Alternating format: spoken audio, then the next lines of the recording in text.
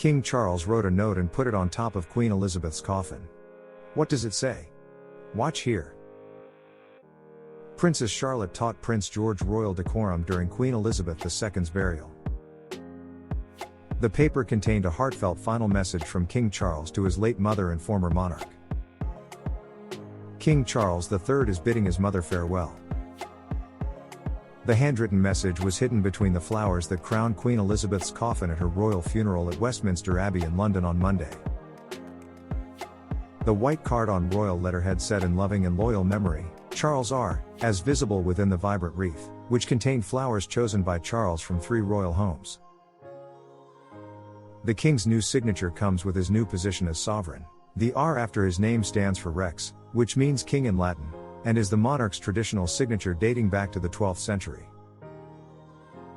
When used by queens, the R stands for Regina, or Queen in Latin. During her historic reign, Queen Elizabeth signed official letters as Elizabeth R. The lovely gesture is in keeping with royal family tradition.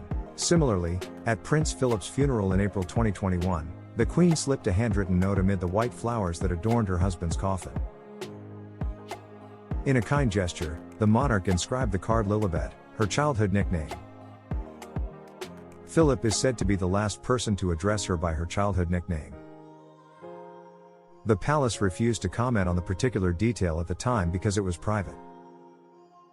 As seen inside Westminster Abbey on Monday, the Queen's coffin was covered with the royal standard, on which was placed the imperial state crown, orb, and scepter, as well as the wreath and message.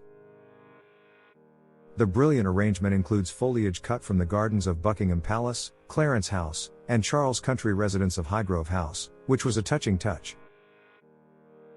Rosemary was given as a memento, as was myrtle, the emblem of a happy marriage, clipped from a plant that grew from a sprig of myrtle in the Queen's bridal bouquet in 1947.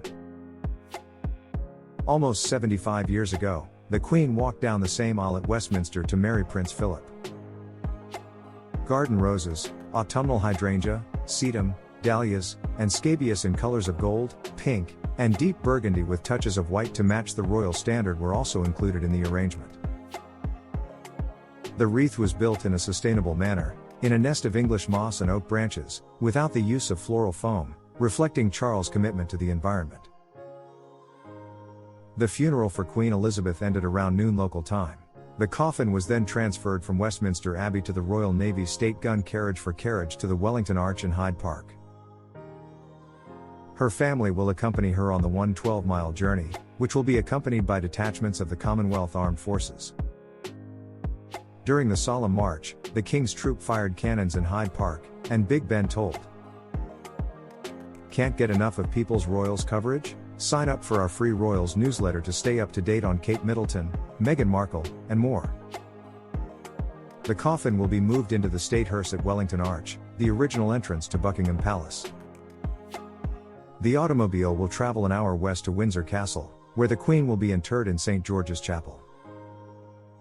When the funeral departs for Her Majesty's ultimate resting place, the parade will give a royal salute and God Save the King will be played. King Charles and his family will next travel to Windsor, where the Queen will be privately interred at St. George's Chapel this evening.